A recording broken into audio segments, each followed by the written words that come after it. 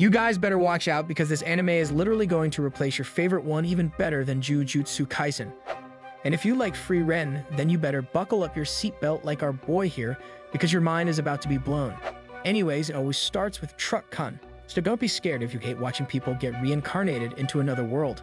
So this loser deserves it anyways because he hated everything, so he isn't going to miss anyone or anything, especially the fat zero in his bank account he's leaving behind. Nonetheless, shortly after getting clapped by truck-kun, our boy Kang finds himself getting Team Flash and transported into another world, but all he hears is a dragon's roar. Eventually, he can finally see after the light clears up from the Phoenix Flash, but all he sees are a bunch of tens gifted with not only tremendous magic, but also very tremendous and soft personalities, if you know what I mean. As Kang continues to descend down upon the army of mages who happen to be all girls, Bro is beginning to think he's just getting pranked. Meanwhile, the mysterious glowing lady on the other end of the room flashes a smile, telling her comrades that our homie undoubtedly has the energy of a dragon. Regardless, upon Kang's feet finally touching the ground, the mysterious lady shouts and welcomes our boy to the country of dragons, which we promptly learn is named Sultan. The lady then introduces herself as the Queen of Sultan, who goes by the name Burr. But I do admit Burr do be looking like prime if I wage you that any of you would love to devour. Anyways, as she continues to explain to Kang where he is, a magic circle begins encircling his feet. And once it finally became still, Burr confuses our boy by appointing him the rank of Supreme Knight Commander.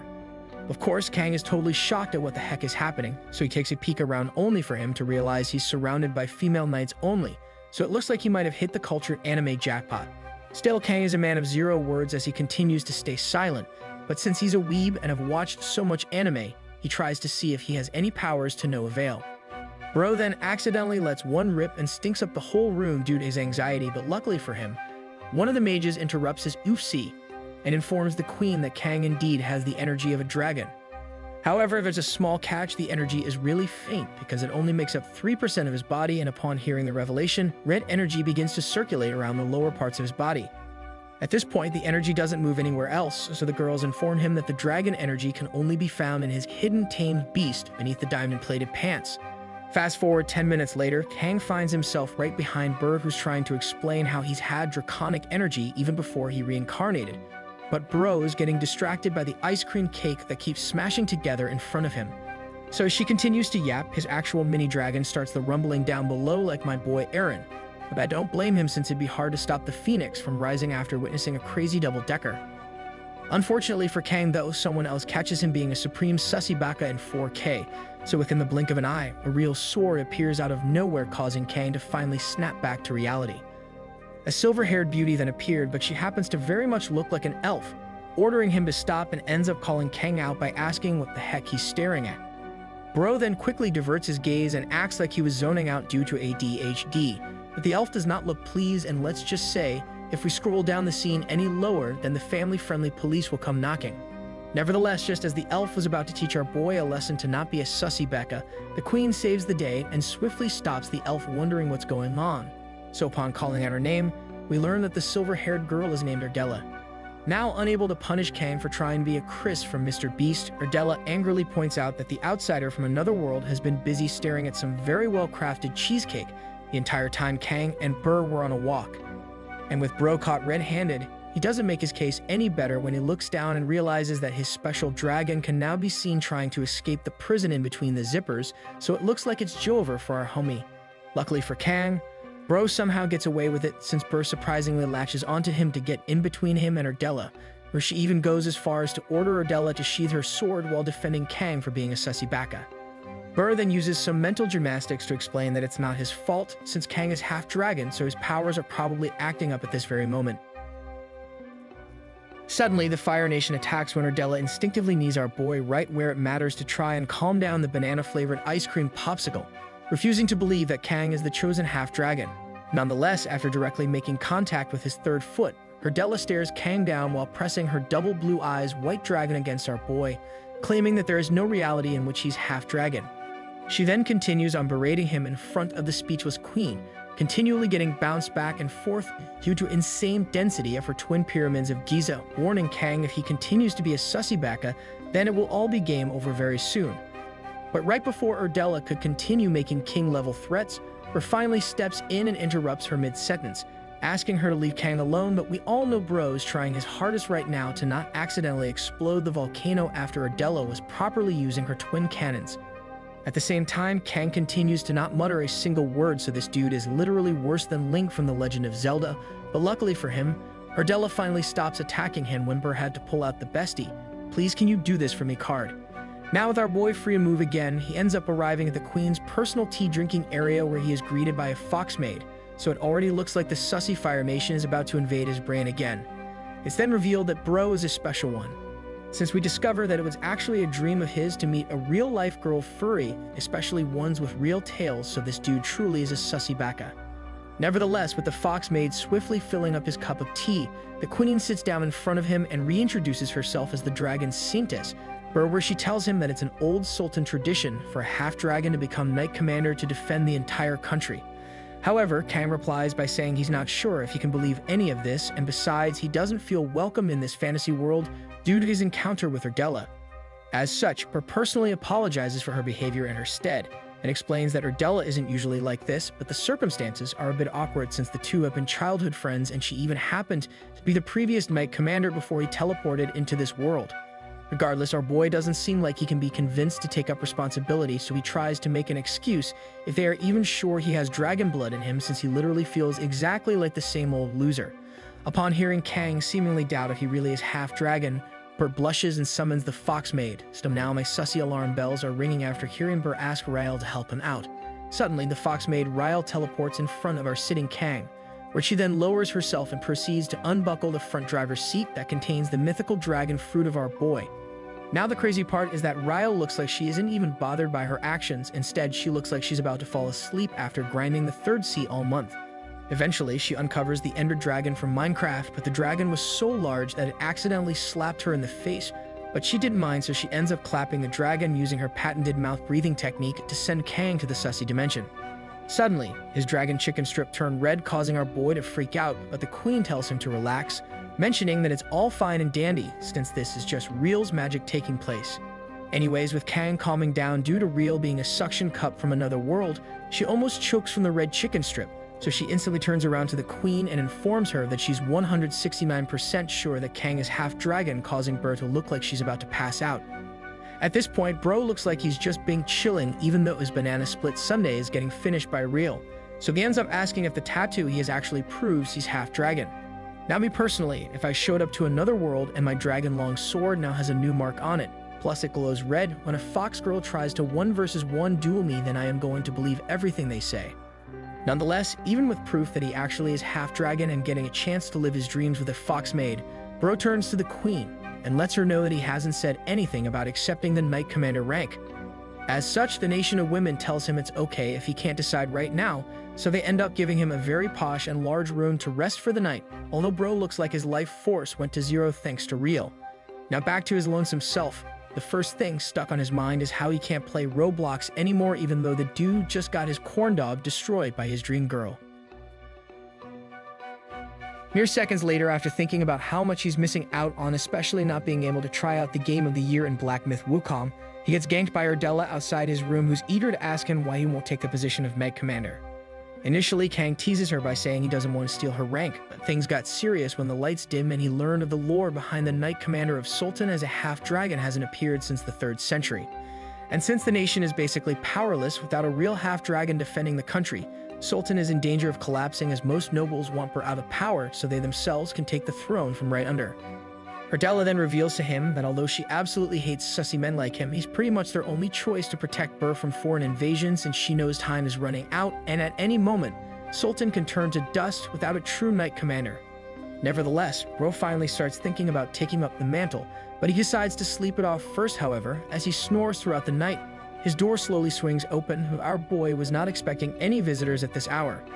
2 seconds later, he feels something heavy on top of him, and spoiler alert, it wasn't Zion Williamson. Instead, Kang opens his eyes to find Ardella mounting the closest weapon on him, and this time it looks like her entire personality has switched at 180. With Kang still half asleep, his life flashes before him as he thinks he's about to meet the devil, but he fails to realize that Ardella is looking very sussy. Luckily for him, she starts mumbling about how the Queen will be in really bad trouble if he isn't a real half-dragon. As such, Erdella initiated her own 1 versus 1 duel with our boy by quickly inspecting his Dragonite, but as she does so, she says Spanish or English so bro doesn't dare move a single inch. Nevertheless, Erdella angrily whispers to him that she's going to personally verify the rumors about him being the chosen one, so she grabs onto his mythical fruit and starts playing with his PlayStation controller as if she's playing a fighting game. The turntables then turn when Erdella latches onto his fighting stick like a maniac, trying to beat out Zero with all her might, but she stops for a second and scoffs at Kang for looking like he's enjoying the fight. Suddenly, the crazy elf whips out her trusty sword and tells Kang that if he can't stop the lava from exploding due to his volcano erupting, then she's going to take it as a sign that he's full human, so it's time to get rid of him. Now with Bro actually facing the threat of banishment from this world any second, even though it's been barely a day, he tries his hardest to stop the volcano from going off, but it looks all of his efforts will be futile. Nevertheless, Erdella continues yoinking the fighting stick as if her favorite Minecraft SMP server just reset, easily causing Kang's dragon to continually glow due to the mark bestowed upon him as he tries his hardest to keep it all in. However, Bro knows he's no match against the gorilla grip of Erdella, so Kang attempts to pull a big brain move to relieve the blood flow rushing down by distracting the elf with the help of the glass bottle conveniently beside him. Sure enough, his big brain move pays off more dividends than Starbucks, allowing Kang some short reprieve as Erdella lets go of his super excited controller for a few seconds. Shortly after, Erdella turns her attention back to our boy and whips out her sword, which is actually almost as big as Kang's dragon, and tells him to stop playing games as the 2 hero maids scurry right outside his room's hallway after hearing the glass break. This time, she ain't playing no games other than Deadlock, so Erdella informs Kang that one more dumb move will actually lead to him hoping he gets reincarnated one more time. Luckily, a bunch of maids with no eyes come to the rescue last second, so we all know things are about to get real as they suddenly barge through his door in hopes that nothing happened to the future savior of the Kingdom of Sultan. However, much to my surprise, Kang's dragon plate legs somehow are already back on in time, so he apologizes and tells the maids not to worry as he apparently accidentally knocked over some glass while he was sleepwalking. So it seems like the Sussy Nation won again as Erdella was able to escape detection like Solid Snake, as she was able to quickly jump out his window in time. But Kang is left fearing for his blue eyes white dragon as he knows snitches get dragon stitches. Fast forward to the next morning, Bro gets a flashback to his 9-to-5 life as he had to wake up early, but the only difference this time is he's forced to train and he didn't even get to explode his ice cream cone in peace last night. To make matters worse for our boy, the one leading the training this morning is none other than the sussy baka that is Erdella, but it seems like his secret weapon hidden underneath is starting to wake up at the sight of the elf. Regardless, rumors about how a half-dragon has finally appeared after centuries have started to spread within the court of the queen, but the dudes seem jelly that an alpha chad has finally showed up. Suddenly, as Bro is just being chilling minding his own business not bothering anyone, a sword comes flying in from nowhere which almost gives him a perm without him even visiting his barber and asking for one. One blink later, Erdella pulls the sword out from the wall and sarcastically apologizes for almost destroying our boy, claiming that her hand accidentally slipped, but she better choose her words carefully since Kang will accidentally slip his hand somewhere else. However, Bro literally says nothing throughout the entire ordeal, and the only sound he makes is him looking over his shoulder trying to do his best quiet John Cena impersonation, causing Erdella to finally tell him he needs to be on alert at all times since this is the dueling area after all. But the turntables turn when Erdella calls him a fraud, so Bro finally claps back with a menacing aura by thanking her for her advice and advises her to retire since an ex-Meg commander would never let a sword accidentally slip. Unfortunately for Kang though, Bro didn't expect the fiery elf would actually channel her inner One-Punch Man skills after hearing a lowly human try to clap back against her, so Kang instantly falls to the ground. After finding himself on his knees totally winded, Erdella reminds him that he's nothing in this kingdom until the queen officially conducts a ceremony for his official title, so until then he's just a nobody from Edward Gaming. Erdella continues on, urging Kang to pick up the sword to challenge her to gain her respect, but something can be heard clicking in Kang's head after getting belittled over and over by Erdella, exactly just like his life before on Earth as he got trampled on by everyone. This time, however, he's had enough. He's not going to sit back and take it like he always did. And to be clear, we aren't talking about him dropping the soap, so Bro ends up taking the opportunity to finally make a stand to become a man. Upon accepting her challenge, Erdella wastes no time as she swiftly rushes forward to gap close the distance like a real jet entry onto sight, yelling out loud it's time for trash to learn where they belong. However, with Kang's impending doom right before his eyes, he tries to get into defensive stance since he literally has zero skills, and the only thing he knows comes straight from video games. but his sword is stuck in the ground. It's over now for our boy as he realized he got super baited by Ardella, knowing full well he didn't have the strength to remove it. But right before Kang was sent to the Sussy dimension, Bro comes out of nowhere and tries to be his shield like an absolute Stacy, ordering her best friend to stop at this very moment, as this is more outlandish than eating raw meat since Bro is the chosen one. Nonetheless, Bro is able to once again save our boy, so Bro sits down in absolute shock as he keeps getting saved by a girl, and it's usually not like him to always bottom frag and to get carried by a random girl that locked in Reina. Nonetheless, Bro profusely apologizes in behalf of Ardella, but she wonders what the heck got into both of them to straight up duel to zero, since Ardella is literally the greatest swordsman of the Eastern continent as her power level is over 9,000. Even if he is a half-dragon, her experience greatly outmatches him, so there's no way he would stand a chance at his current state, so Bro ends up informing him that she suspects Ardella doesn't think he's worthy, and thinks things might not become easier even after he officially gets crowned the Knight Commander. As such, after hearing the revelation that Ardella is indeed saltier than the Dead Sea, Bro tells Bro to not worry since he has a plan to make her accept that he is actually a true half-dragon. Kang then quickly gets up from his seat, faster than me when I have to go to the bathroom, so he rushes past the queen, informing her that he's going to strike while the steel is hot and he will for sure be back in time for dinner. Upon seeing the newfound resolve of the half-dragon, the queen smiles and quietly wonders what changed in our boy, but all she hears is Bro mumbling that he's going to show Ardella who's on top from now on, causing my sussy senses to begin tingling. Mere seconds later, Kang confidently grabs a bottle of water and proceeds to spill enough to fight off the Californian wildfires on Ardella's head, whilst ordering her to fight him, causing everyone within line of sight to visibly get lockjaw from all the gasps echoing throughout. Even the queen looks like she's about to pass out from the crazy insulting display as she knows Bro is about to get cooked in front of everyone, and this time she's not going to be able to hold back Ardella from destroying him outright.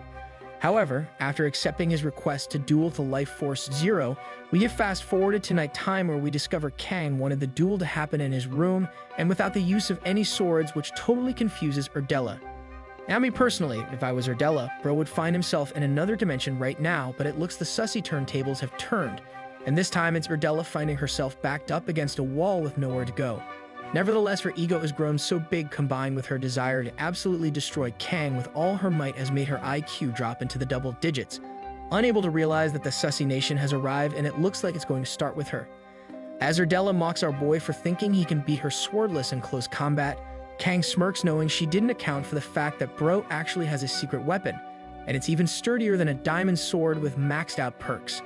As such, Kang whips out his secret Ender Dragon in front of Ardella, but she just laughs at him, calling him dumb as bricks as she reveals that since she's a royal elf, she has a mana shield that protects her boat from being invaded and it's literally unbreakable. Bro then watches on as Ardella transforms into her Freaky Friday mode, where she begins trying to entice the Chosen One into attempting to use his real dragon to beat her mana shield 1 versus 1 by flashing him with the sight of her precious treasure. However, she informs him that if he tries to do anything sussy against the mana shield, then the shield will instantly shred any normal man's dragon longsword faster than a kitty can react. But with Kang wanting to prove himself, our boy loses all of his logical preservation instincts and proceeds to attempt a 1 versus 1 duel against her shield, so Bro channels his inner Malphite skills and goes for the touchdown. Right before his ultimate makes contact with Ardella, Bro closes his eyes not wanting to see what's about to happen, but a flash of blue light began filling the room after Ardella's mana shield shatters from a single hit of the half-dragon. And before they knew it, Bro was able to sink her ship with one shot, causing Ardella to quickly conform to the shape of the dragon handler, so a loud audible gasp louder than Chicago's South Side rang throughout the palace. At this point, Kang stared into the soul of Ardella whilst thanking his master, the pervy sage, for all the tips he's given him, so now it's time for our boy to use his sussy jutsu to full effect. With their 1 versus 1 duel totally underway, Ardella is basically stun-locked due to the sheer force of Kang's attacks, causing her to be in absolute disbelief. With Kang's banana tree plantation now fully within the special mango cake of Ardella, his special dragon mark begins to glow brighter the stronger he attacks the elf, allowing Ardella to really experience the power of a half-dragon. Yet, with all the marks of the Chosen One out in full display for Ardella to see, she continues to refuse the notion that our boy is the Chosen One, so Kang continues their sussy 1 versus 1 duel to show Ardella who the real boss is. At this point, the ex-Knight Commander is unable to handle the dough fruit spammer, so she can't speak full complete sentences as it sounds like she forgot how to speak English. Regardless, Kang suddenly stops his sussy Fire Nation attacks and sends Ardella straight to the floor since he has to reload his machine gun nicknamed Odin, but Ardella is still stuck in denial. However, a few seconds later, round 2 of their 1-versus-1 duel begins, but this time Ardella knows she's in real trouble after looking down and noticing that there's a major water leak forming on the ground, so it looks like Kang's domain expansion jutsu is claiming its first victim. Anyways, just a few seconds into round 2 of their duel, Ardella's eyes disappear, so we already know the former Knight Commander is feeling the good goods, so Kang lights up some candles whilst mentioning how he thinks Ardella's body is super weak. Now utterly defeated in the hands of a human, Kang finally looks relieved that he's got the cultured anime situation all wrapped up, but Ardella looks behind her and tells Kang that there's no way he's a half-dragon, and that this must be all some kind of elaborate magician's trick. After hearing Ardella continue to refuse straight-up facts right in front of her, he decides to turn the sussy turntables again by quickly ganking her from behind as Bro assumes prime attacking position. However, as Bro starts round 3 of their best-of-5 championship duel, Ardella tries to counter-attack by channeling all her mana to create another shield only for it to get shattered as fast as it manifested. So with nothing else Ardella can do to refute the fact that Kang is the ultimate sussy baka in this world, she continues to berate him while accidentally making gorilla sounds midway, so Kang can't be helped to raise his right hand to show Ardella another dimension of power. 2 seconds later, a large smack can be heard causing the ripples of time to adjust by a strand of hair, allowing Ardella to make faces better than Bella Porch, so it looks like Kang plans to continue throughout the entire night. Anyways, as time slowly passes for Ardella, she slowly stops saying anything as it seems like her vocal cords forgot every word in the dictionary, and instead only knows how to make the sound O over and over again.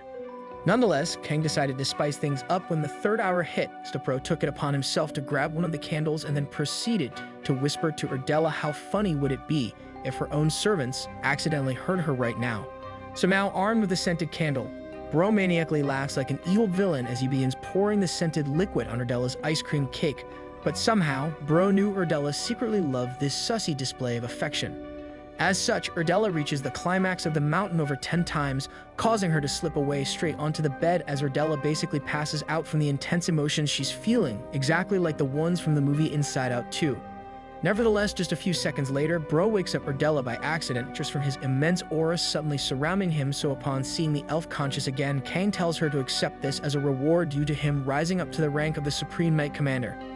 Now that the entire room is filled by a mysterious aura being emitted from Kang's body, Ardella has no choice but to submit to the new Commander-in-Chief as her own eyes become fixated on his half-dragon emblem.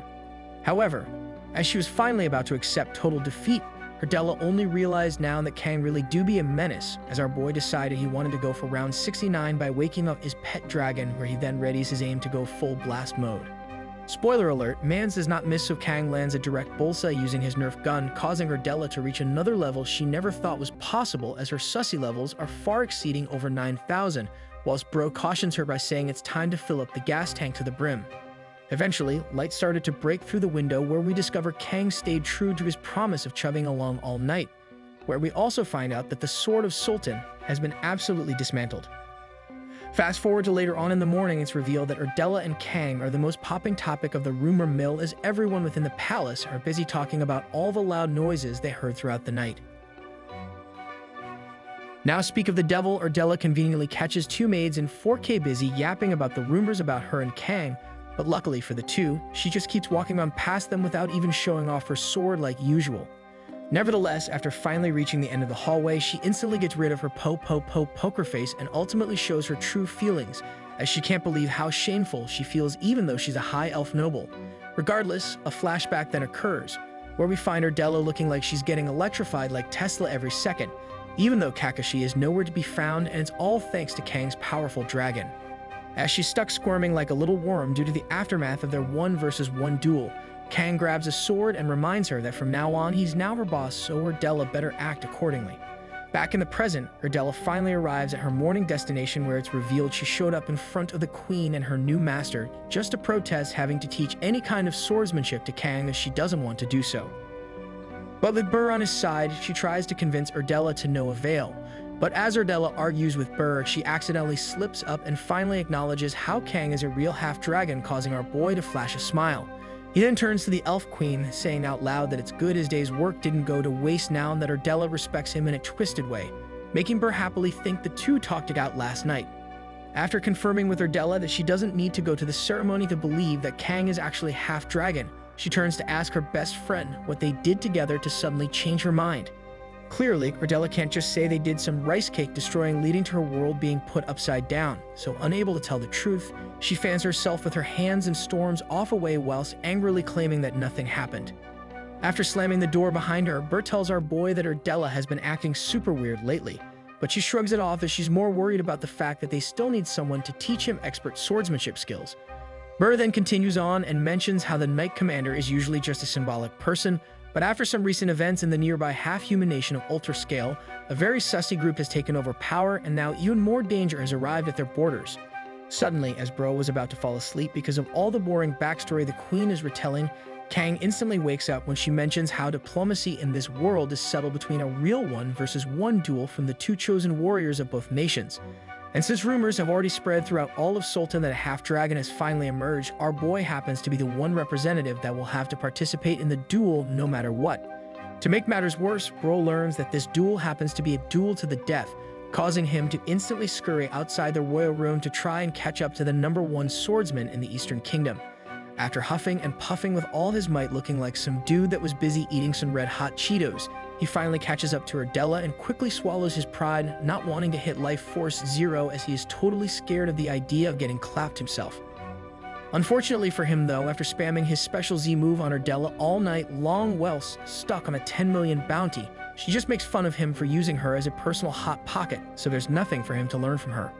Regardless, Bro finds himself forced to try playing hot and cold against Ardella, knowing full well his life depends on it, so he starts making up the fact that he's only doing this for the honor of Sultan as he doesn't want them to lose against Ultra Scale. After blurting out that he only cares about the nation, Bro gets some instant relief when Ardella turns around looking like a less scary Lord of the Rings elf DLC, claiming that it's super admirable and he wants to train for the honor of Sultan.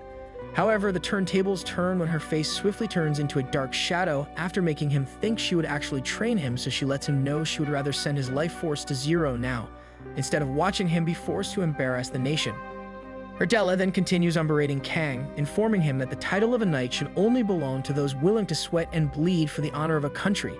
and it's a disgrace a foreigner like him can be bestowed the title.